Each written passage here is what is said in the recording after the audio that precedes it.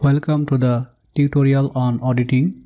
In this tutorial, we are going to learn about coordinating the work of others. That means as an auditor, you may need to work with others. That means other joint auditor or independent auditor, other expert, or you may need support from the internal auditor. In this tutorial, we are going to learn about coordinating the work of others. When is an auditor required to use the work of an expert? That means what are the situations in which the auditor need help from the expert?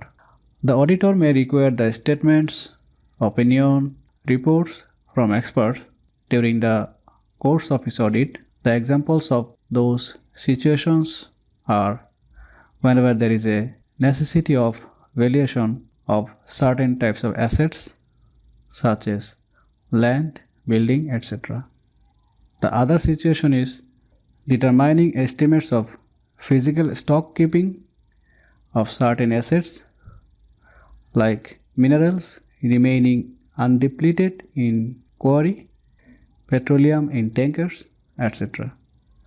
That means these are the situations in which as an auditor you will face difficulties to measure or estimate the amount of stock, such as what is the amount of petroleum remaining in the tankers. In such situations, you can take help from the expert. And the next situation in which the auditor need to take help from the expert is determining the valuation of liability for terminal benefits such as gratuity by actuarial valuation.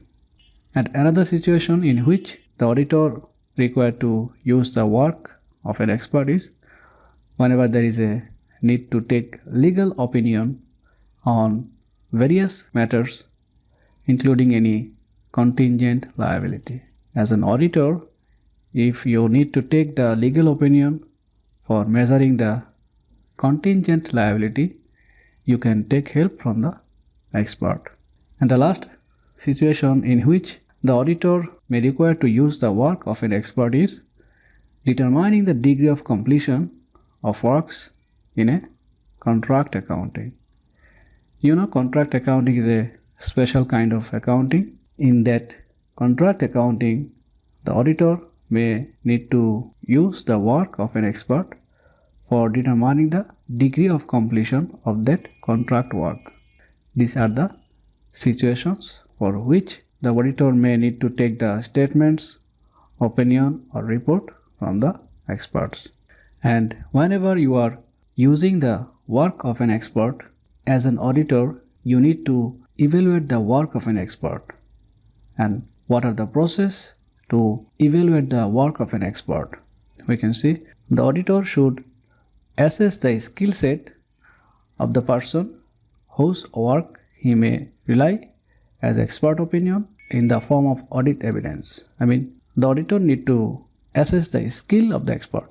Then the auditor should also assess the independence of the expert, whether the expert is providing the opinion or statement in an independent situation. And the third process to evaluate the work of an expert is the auditor should examine the terms of expert's engagement, such as the scope of the expert. That means the auditor need to verify the engagement of the expert, which will determine the scope of the expert. And the fourth way or method or process to evaluate the work of an expert is the auditor should seek reasonable assurance that the expert's work constitute appropriate audit evidence in support of financial statements. That means the auditor need to take the assurance that the audit evidence provided by the expert is appropriate or suitable for providing the opinion. And the fifth way to evaluate the work of an expert is the auditor may do certain audit procedures such as inquiring the clients, applying test checks, obtaining the copy of details. That type of procedures can be applied by the auditor to satisfy himself that the work of expert constitutes sufficient and appropriate audit evidence. That means to be assured about the procedures by the expert, the auditor can apply some procedures such as he can inquire the clients, he can apply test check, or he can obtain the copy of details. And the sixth way to evaluate the work of an expert is where the expert's work does not reliable, then the auditor should consider checking other audit evidence, including the consideration as to making use of the work of another expert. That means if the work of an expert is not reliable, in that case, the auditor can take help from another expert. And the seventh way or method or process of evaluating the work of an expert is if after performing additional procedures, the auditor is not satisfied that the work of expert is not reliable, the auditor should issue an opinion other than unqualified opinion. That means if the work of an expert is not reliable, in that case, the auditor can issue qualified opinion or adverse opinion or can provide disclaimer. And the last way or process to evaluate the work of an expert is where the auditor is satisfied and issues an unqualified opinion, he should take the responsibility for his expression of opinion and he should not refer to the work of an expert. That means if the auditor is satisfied with the work of an expert, he should take the responsibility for providing the unqualified opinion.